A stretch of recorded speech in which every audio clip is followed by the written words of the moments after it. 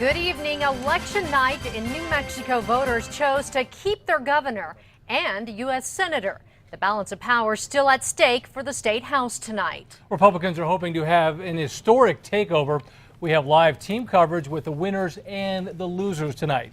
KRQE News 13 projected early on tonight that Governor Martinez would win re-election. The popular governor easily beat her Democratic rival, Gary King. You see the numbers right there. And we start our team coverage with Alex Goldsmith at the Republican headquarters. He's at the Uptown Marriott. Alex? Dean, we still haven't seen Governor Martinez out on the podium giving her victory speech yet, but the mood is pretty high overall here at Martinez headquarters.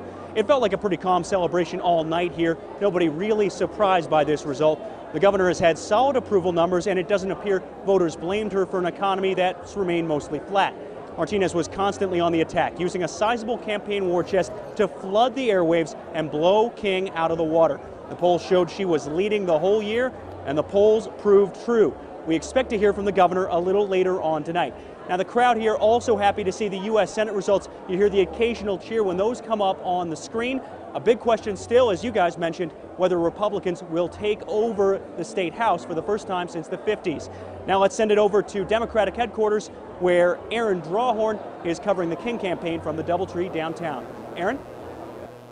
Alex, the Democrats knew going into this one that they were the underdogs, at least in the race for governor, and that certainly was the case. It was really no surprise at all that the race for New Mexico governor was one of the first big ones to be called.